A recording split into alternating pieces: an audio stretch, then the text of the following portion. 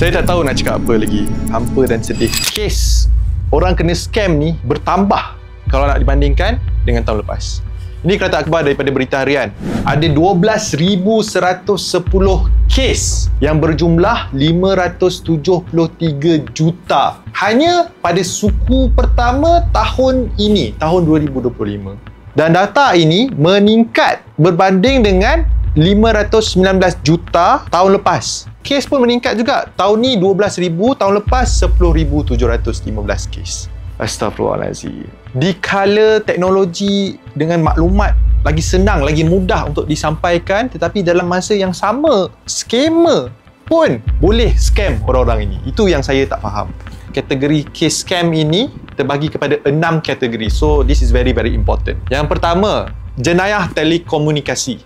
Kedua, e-kewangan. Ketiga, love scam. Keempat, e-dagang. Kelima, pinjaman tidak wujud. Dan yang keenam ini bidang saya lah, iaitu pelaburan tidak wujud. Pelaburan yang tak apa-apa, tak masuk akal, tapi ada juga orang tertipu. Sampai ke hari ini, ada lagi follower saya, non-follower saya, tag saya cakap, tolonglah doktor, saya kena scam. Baru datang to the real source. Okay?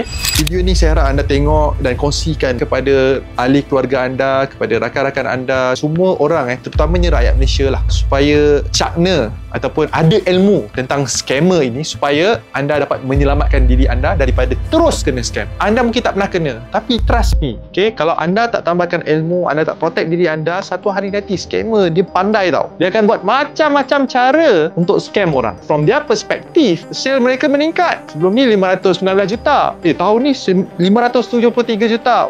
They are growing. Trust me, they will continue to do this. Sekarang ni even scammer pun run ads nak scam orang sebab mereka nampak this is something that is beneficial and profitable for them. Please share this video supaya secara berjemaah memusnahkan scammer-scammer durjana.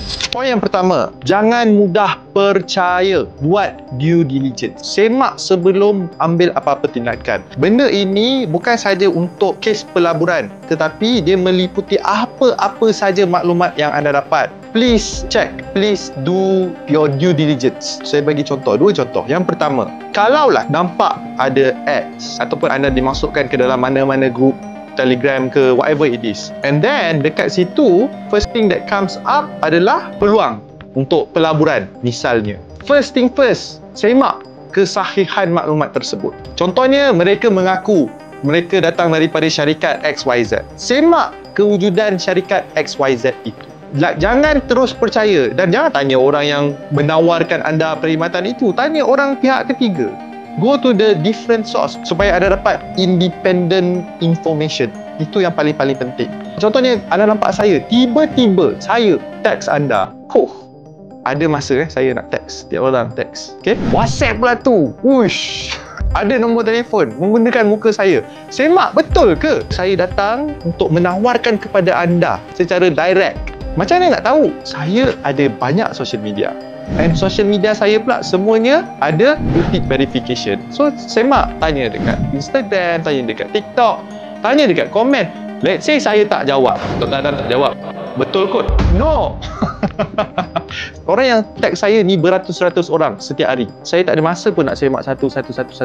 Kalaulah dia tak datang daripada source yang legit, and then tiba-tiba dekat tag saya cakap peluang hari ini sahaja. Itu perkataan favorite scammer suka guna. Jangan percaya, tinggal jauh-jauh. Satu lagi, anda dapat call. Mana ada polis call? Polis datang rumah pun kena waspada juga.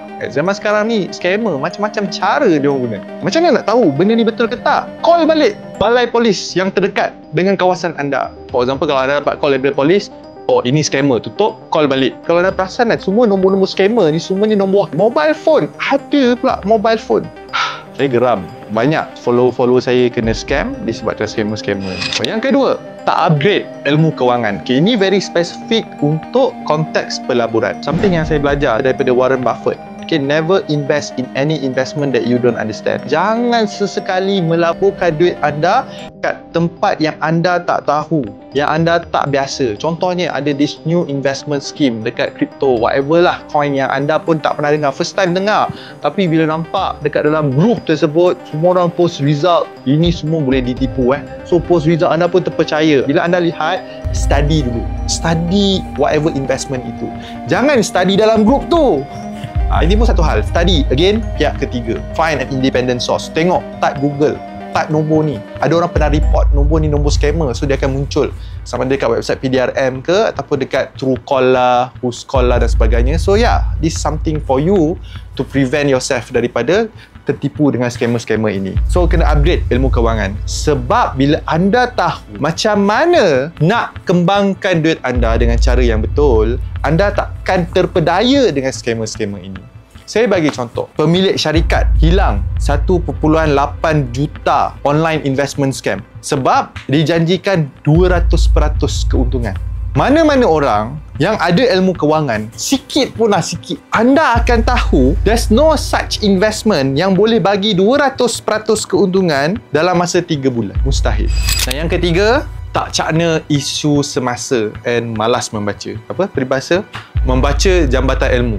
Kebanyakan orang yang kena scam ni, majoritinya mereka tak tahu apa benda ni terjadi. So kalau saya minta anda semua kan, lepas habis tengok video ni, pergi je dekat Google, type je berita scam. Anda akan lihat almost every day ada je berita tentang scam. I can go on and on and on and on. First quarter 3 bulan ada 12,000 kes. Sebulan lebih kurang 4,000. Sehari ada 133 kes. Mana taknya memang pemberita pun bosan lah. Ada je, almost every day ada. So kena cakna dengan isu semasa, rajin membaca. Kalau malas membaca pun, tengoklah video-video saya. Saya yang tolong bacakan untuk anda, okay? Dan saya sampaikan maklumat kepada anda supaya anda cakna. Itu je lah yang saya nak sampaikan. Tapi sebelum saya akhiri, ada ramai orang yang menyamar sebagai saya, yang menggunakan muka saya, yang menggunakan video saya, yang menggunakan suara saya. Kalau anda type nama saya, Dr. Adam Zubir, tak kisahlah sama dekat Facebook, Instagram, TikTok, Telegram, WhatsApp, anda akan nampak ada banyak akaun saya.